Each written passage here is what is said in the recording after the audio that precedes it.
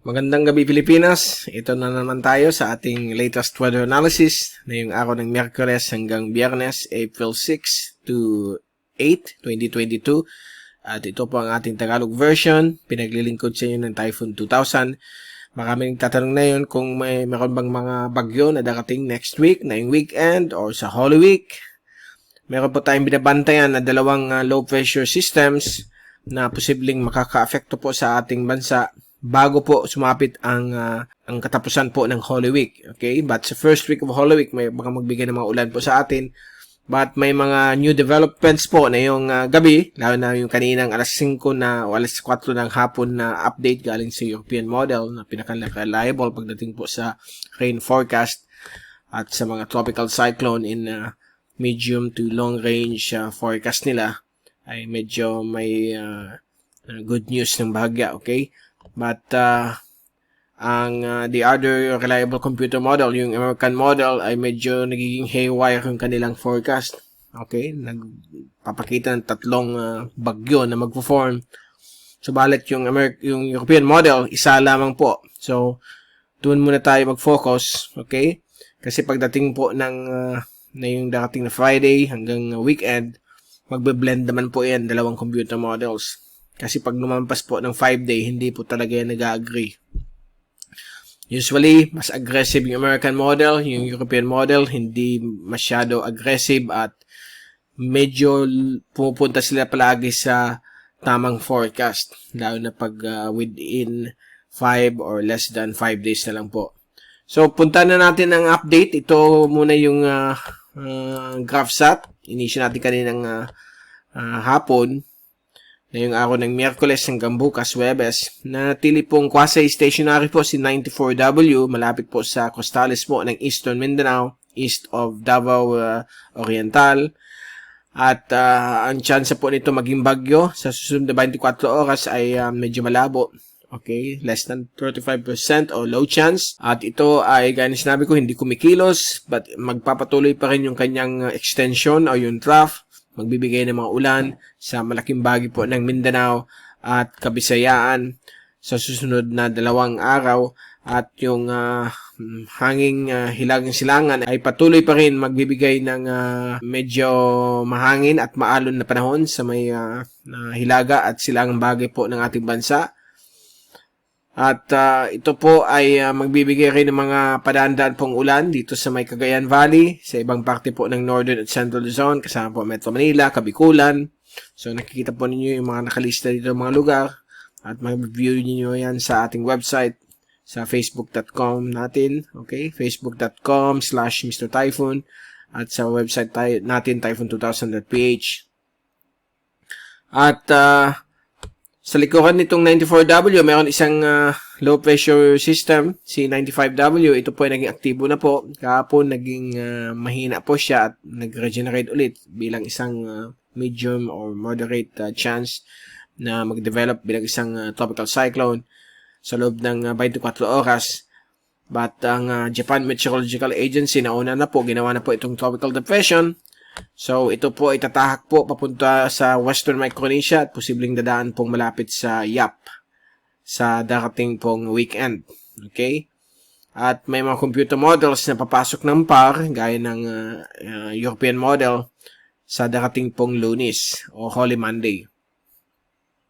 But again, yung forecast na yan, which is 5 days from now, are still around 50% probability. So, pwede pang magbago po yan. Kahapon, yung shear line na nagbigay po ng grabing ulan sa Metro Manila, ibang bahagi po ng Southern Tagalog Provinces, Central Luzon, kasama po ang Bicol Region. Subalit na yun, ay medyo nag-lift up na po itong shear line. Nandito na po sa may karagatan ng North Philippine Sea. So, ang nakaka-apekto na lamang po dito sa bahagi nito ng Luzon ay ang hanging hilagang silangan or northeasterly surface wind flow. Affected din po nito ang Calayan Island Group, Mimaropa, at Silangan at Hilagang Samar provinces. Okay? And then, kung titingnan natin yung zoom in satellite animation, zoom out satellite animation, so nakikita po natin dito yung mga kaulapan na watak-watak na kasama po nitong mahinang 94W na nagsisimula na po siya mag-decay. At ito na po yung si 95W na medyo gumaganda po ang kanyang sirkulasyon. Ito yung zoom in satellite animation. So, nakikita po ninyo yung mga maliliit na mga pula-pula. Yan po mga localized thunderstorms.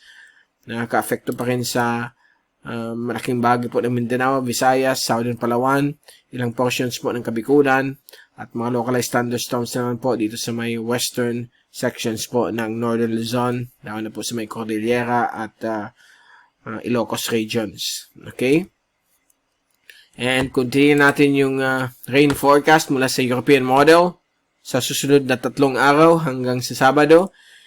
Patuloy pa rin yung mga ulan sa halos malaking bahagi po ng ating bansa, lalo na sa Bicol, Visayas at Mindanao, kasama po ang Mimaropa. So bukas, ayan po, may mga ulan po dito. Dito po yung remnants ni LPA. At pagdating po ng Friday, yan pa rin, may mga ulan pa rin magaganap. Dito po sa may kanluran bahagi po ng Luzon at Cagayan Valley, ito po ay dulot ng convergence ng hangin ng hilagang silangan, okay? At pagdating ng Sabado, ayan po, may mga isolated scattered rain showers and thunderstorms pa rin sa Mindanao at Kabisayaan dahil po sa remnants or mahinang LPA na si 94W. So, yan po ang 3-day rainfall forecast. At yung rainfall accumulation forecast sa 3 araw na yan ay nagpapakita ng bulk ng mga ulan ay magaganap po dito sa may Kabisayaan, lalo na po sa may western at central Visayas at ibang portion po ng Mindanao. At also kasama rin po ang ibang portions po ng Kabikulan dahil po sa trough po nitong shallow LPA or LPA 94W. At dito naman po sa may Hilagang Luzon, Silangan Bahagi po ng Luzon, ang mga ulan po dito from Cagayan Valley down to Northern Quezon. Ito po ay dulot po ng tinatawag nating northeasterly surface wind flow. Yung trough po na nag-extend po dito sa isang maliit na circulation but hindi pa po ito low pressure. But sabi ng American model, baka maging low pressure din, ay magbibigay rin dyan ng mga ulan sa Kalayaan Island Group. Ngayon, ito po yung ating wind at pressure forecast mula sa European model. At nakikita po natin, ayan po yung soon-to-be tropical depression na ginawa ng tropical depression ng Japan but sa Typhoon Warning Center, low pressure pa rin. At nandito po yung remnants ni 94W. Bukas po ng hapon, nasaan pong akit ng bagya, yung remnants ng LPA. Nandito na lamang po sa may east of Caraga. At ito naman po si 95W becoming a tropical depression or tropical storm. And sa Biyernes ng hapon, ay lalakas pa rin po itong papalapit na si 95W bilang isang tropical storm or severe tropical storm. At yung remnants ni 94W ay medyo nag-elongate na po. So, medyo watak na po ang kanyang sirkulasyon. So, posibleng hindi na po masyado yung mga ulan. Although, sa Sabado, medyo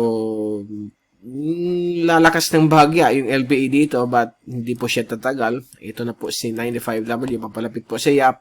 Although, ang Philippine Air Responsibility ay nandito po. So, nasa labas pa po yan. Okay? At wala po yung epekto sa ating bansa. At sa linggo ng hapon, ayan na po, nasa north of YAP na, papalapit na po sa Philippine Air Responsibility at yung remnants ni LPA 94W ay nandun pa rin sa may silangan bahagi po ng Northern Caraga sa may east of Siargao Island. At posibleng magbigay pa rin ng mga ulan dyan at konting hangin but hindi naman po siya magde-develop pa bilang isang baga-aktibong LPA pa lamang. Okay? So, yan po ang ating forecast. And kung i-move natin hanggang Monday, medyo na-absorb na po ng sirkulasyon ni 95W habang pumasok po na po ng power sa Lunes itong si 95W. So, nawala na po si 94W, yung kanyang remnants. Yan ang good news sa lugar natin. Kasi pag lumakas yan dito, grabing effect po ng mga ulan. So, may mga konting ulan pa rin magaganap po sa Kabikulan, Visayas, at Mindanao. So, yan po ang 5-day forecast. So, nakita po ninyo na ito po ang medyo malapit sa katotohanan. Kasi pag nilampas po natin hanggang 10 days ay medyo less than 50% or less than 30% hanggang 0% ang probability po niyan. Okay? Kasi pag tinignan natin American model, yung 5-day nila hanggang Monday, medyo iba po ang pinapakita. So, yan po. The same pa rin. Ang nakikita na ni European model at American model ay parehong yung track nitong si 95W. But itong nasa may east of Philippines, ay magkaiba. Ang American model ay tatahak papuntang east at magiging bagyo din po sa weekend. At hindi lang po itong dalawang bagyo. Okay, meron pang isa po dito sa may West Philippine Sea na forecast nila na magde-develop daw po bilang isang bagyo. Kaya sa linggo o Monday, 3 po sila. But until now, nasa mababa ang probability po nito. Kasi alam natin ang American model ay mahilig maging aggressive sa mga forecast nila. But yung European model kasi pag nilagay natin ng Monday, isa lang talaga, which is 95W. So, sa 3, 95W ang nag-agree itong dalawang computer models. But itong dalawa ay wala sa European model, nandun sa American model. So, wag muna natin itong papansinin. Doon tayo sa European model mag-focus na mas malapit sa katotohanan. Most likely, baka mahinang LPA lang po ito na elongated, so hindi natin alam. Malalaman po natin this coming weekend kung matutuloy itong sinasabi ng American model. Kasi kung i-move natin yung forecast ng American model hanggang Good Friday, tingnan ninyo mangyari. Okay? Mas dominant pa nga ito si 94W, mamatay si 95W. So, Wednesday, wala na siya. So, aakyat na rin. Pero walang landfall, okay? But ang problema, itong nasa west of the Philippines. Mukhang magla-landfall po sa may Zambales area. O Bataan. O even Pangasinan sa Good Friday. So, yan ang ano. And then, biglang mawawala. So, medyo tricky po itong forecast ng American model. Hindi ko masyadong pinapansin yan. Dahil ang papansinin natin ang European model. Kasi tingnan niyo Holy Monday hanggang Good Friday ay walang kasunod o walang pinapakita sa West Philippine Sea. All clear po dito. And then, mag-record na po siya, lalabas ng PAR, and goodbye, 95W. So, yan po ang forecast ng European model. As of now, stick muna tayo sa European model na medyo nagiging haywire po ang American model. But, pagdating ng weekend naman po, magbablend yung dalawang model. So, malalaman natin kung mag-appear po sa European model o vice versa ang mga models, ang mga system na ito. But, as of now, isa lang po ang pinapakita at medyo malulusaw po si 94W dito sa may silangan po ng ating bansa. Which means, hindi masyado ang ulan kasi kung susundan natin yung European model, kung lampas ng Sunday, yan po, ang ulan nandyan pa rin sa area ng Visayas. At pagdating ng Monday, yan pa rin sa Visayas. But sa Tuesday, konti na ang ulan. Actually, Holy Wednesday, Holy Thursday, and Good Friday, halos naubos na yung mga ulan. So, medyo bubuti ang panahon natin yan habang papalapit tayo sa Easter Sunday. So, yan po ang good news pagdating po sa latter part ng Holy Week. Pero yung first week ng Holy Week, look and see muna tayo. We are going to observe that lalo na po sa darating pong Friday. Bukas, babalik tayo para ma-update po kayo. Mag-i-issue na tayong special coverage kay Tropical Depression. It will be known as 2W kapag in-upgrade na po ng Joint Typhoon Warning Center. So, ito po ang forecast track ng European model, K95W, papasok ng PAR at lalabas, mag-record. Okay. Samantala, ang American model, dito po siya. Papasok din ng PAR, pero mukhang hihina po siya. Malulusaw kasi yung kakainin nito ni 94W, ito si 95W, which is, yan ang pinapakita ng American model. But overall, ang tracking po ng majority ng mga computer models ay recurvature. So, wala pong pinapakita na pupunta sa ating bansa. Yan po si 95W. Wala pa rin pinapakita ng 94W kasi hindi po siya magde-develop base po sa mga global models. Okay?